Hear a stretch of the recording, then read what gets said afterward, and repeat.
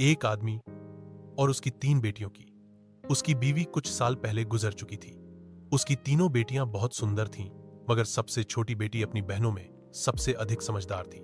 उसका नाम आयत था। सरफराज अपनी तीनों बेटियों से बेहद मोहब्बत करता था। उसने कभी अपनी बेटियों को मां की कमी महसूस नहीं होने दी। वह उनकी हर ख्वाहिश पूरी करता था। अब सरफराज की बेटियां बड़ी हो चुकी थीं और अपने पिता के लिए खाना बनाने लगी थी। उसी गांव में एक बेवा औरत नाजमा रहती थी, जिसकी एक बेटी हिना थी। नाजमा की आदत थी कि वह हर घर में कुछ न कुछ मांगने पहुंच जाती। जब सरफराज की बेटियां खाना बना रही होती, वह अक्सर आग मांगने आ जाती, मगर सबसे छोटी बेटी आयत को नाजमा बिल्कुल भी पसंद नहीं थी। वह अपनी बहनों से कहती, यह औरत हर बार हमारे घर क्यों आती है, मुझे यह अच्छी नहीं लगती।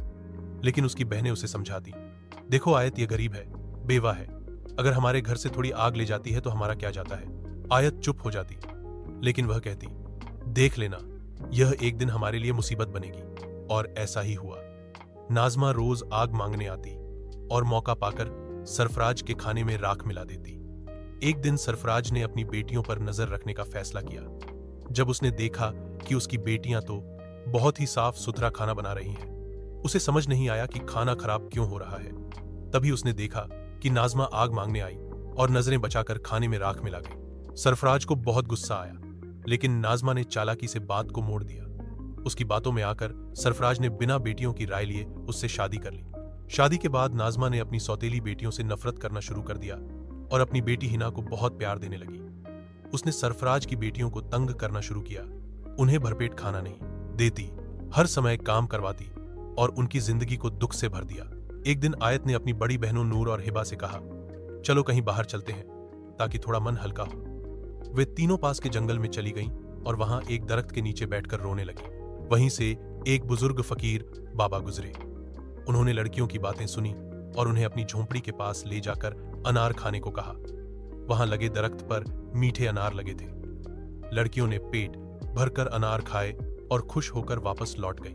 अब वे रोज जंगल जाकर अनार खाती और घर पर कुछ नहीं कहती।